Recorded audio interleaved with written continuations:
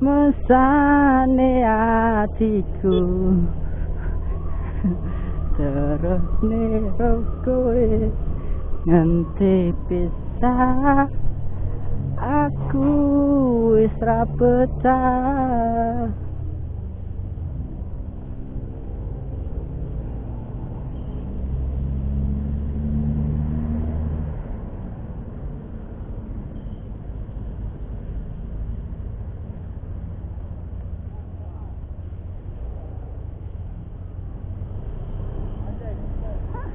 Anjay.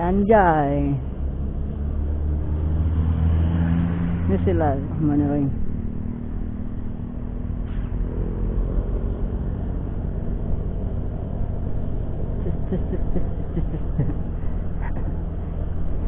Oke. Bismillahirrahmanirrahim. Tutup, mic-nya agak diturunin. Cik. Asik. Mesane hatiku yang terus neroko. Baru dicuci kemarin, kena hujan 2 hari. Mending jika aku sabar.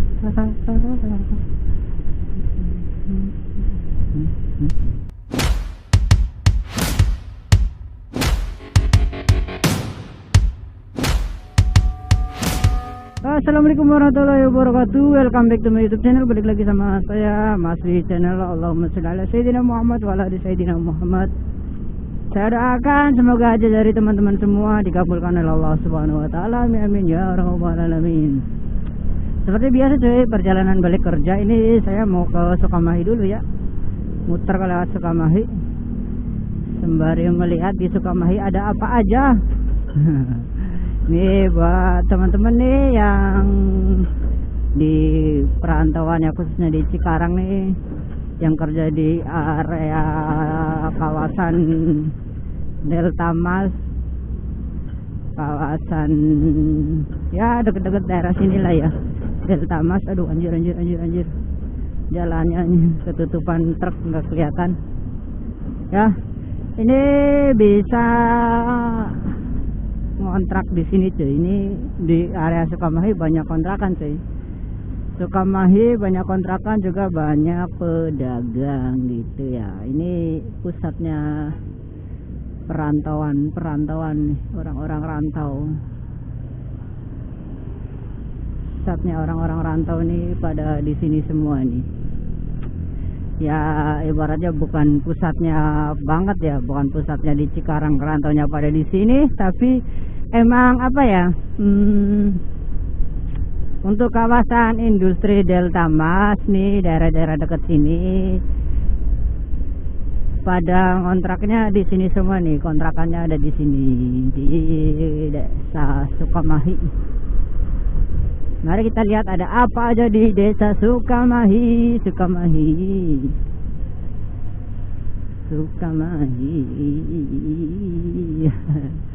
Belok Puskesmas Sukamahi, itu ada arah panahnya ya.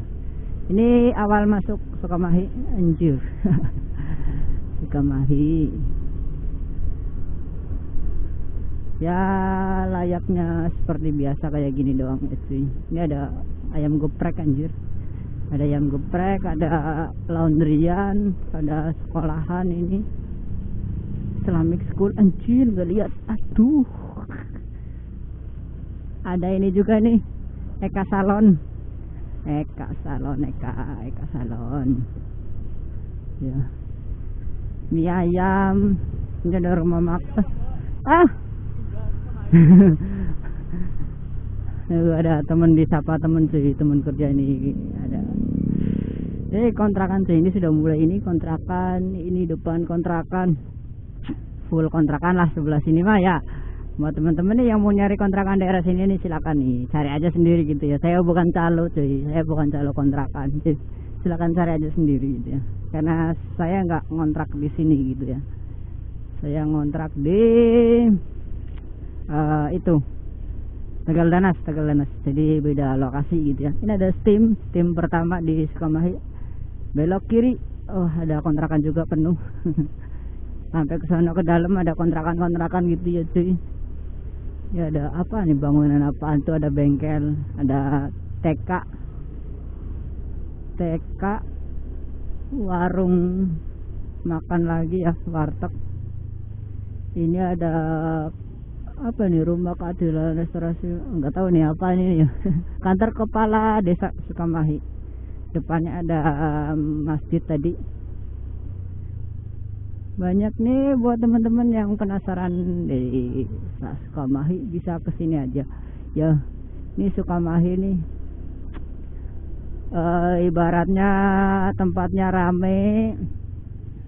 Cemilan juga banyak, sayuran, buah-buahan banyak, es-esan banyak, pokoknya komplit lah. Cucian, laundryan, bengkel lagi, ini ada bengkel ya, pokoknya mah bengkel ada di mana-mana ya. Tapi nggak tahu sih, saya punya pengalaman buruk servis di bengkel kaki lima gitu ya. Jadi saya nggak mengejat semua bengkel itu buruk gitu ya, semua bengkel kaki lima itu buruk. Sekali lagi saya sampaikan nih, di sini saya garis bawahi, saya tidak mengatakan semua bengkel pinggir jalan kaki lima itu apa ya, buruk gitu ya. Cuma ada beberapa oknum aja gitu ya. Dulu saya sempat pernah servis di bengkel biasa gitu ya, bengkel kaki lima. Di sana saya servis itu kendalanya kabel bodi saya digigit tikus waktu di Jakarta gitu ya cuy. Cuma ya setelah dibawa ke bengkel itu bukannya bener, malah tambah rusak cuy. Jadi apa ya, kabel bodi gua itu malah tambah dipotong ya, semua dipotong sama pihak bengkelnya atau mekanik bengkelnya, kita sebut ya mekanik bengkel karena yang kerja kan mekaniknya, bukan dari pemilik bengkel ya. Mekanik bengkel belum tentu yang punya bengkel. Ya, dia ngebenerin motor saya dari jam 5 sore, balik kerja lah jam 4, setengah 5-an lah, setengah 5 sampai jam 9 malam. 9 malam, dan finalnya di jam 10 saya sampaikan ke pihak bengkel ya. Saya sampaikan ke pihak bengkel kalau nggak bisa ditangani, mending dipasang lagi, dirapihkan lagi lah, dipasang seperti semula. Kondisi kabel mau putus, mau digunting-gunting nggak masalah lah, yang penting bodi semua terpasang rapih seperti sedia kala awal, seperti posisi pas awal waktu saya bawa ke bengkel gitu ya. Nah, gua emosinya itu bukan masalah duitnya gitu ya. Emosinya itu ya sudah motor nggak terselesaikan, nggak bener gitu ya, nggak oke lah. Ibaratnya saya servis di situ bukannya oke, bukannya bener, malah tambah rusak gitu ya. Terus pas di sana itu dia mau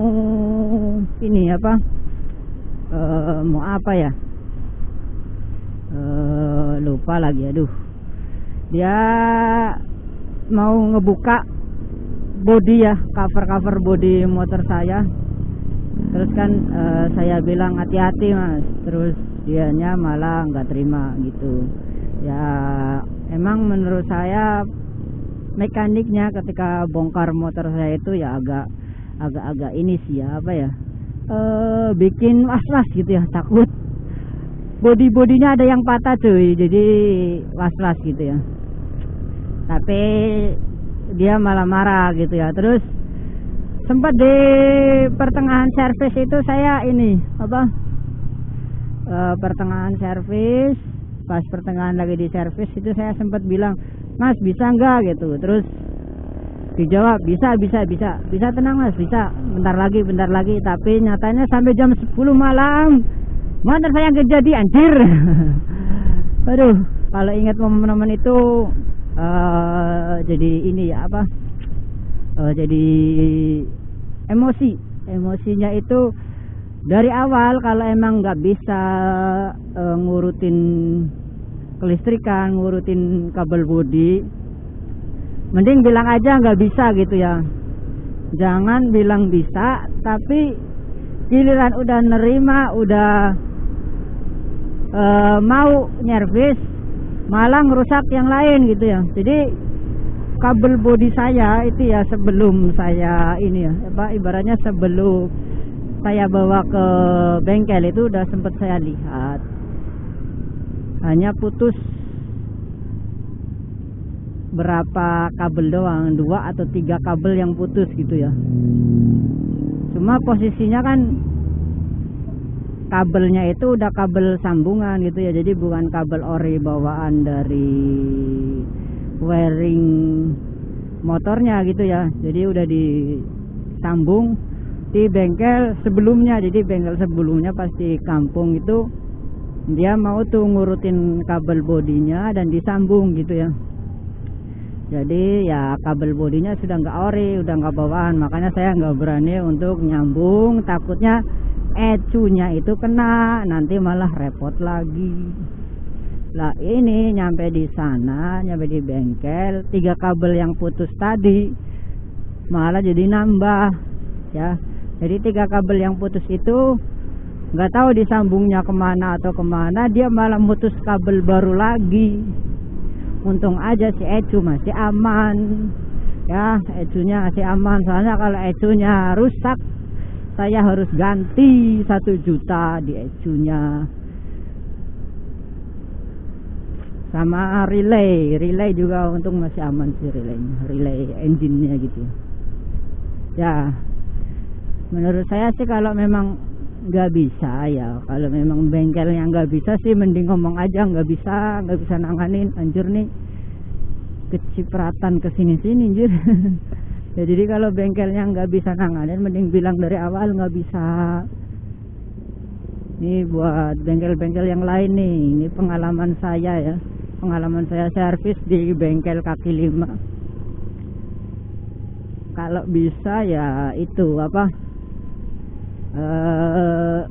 misal memang gak sanggup nanganin, jangan bilang sanggup gitu ya, tapi bilang aja nggak bisa, cari bengkel yang lain, jangan dipaksain. Soalnya kasihan buat pemilik kendaraannya yang ibaratnya dia pengen mobilnya bener malah tambah rusak, terus pengen cepet-cepet bisa dikendarain malah nggak bisa dipakai ya. Kayak motor saya juga nggak bisa dipakai selama 3 hari karena habis dari bengkel itu besoknya harus nginep di Ahas selama 2 hari ya.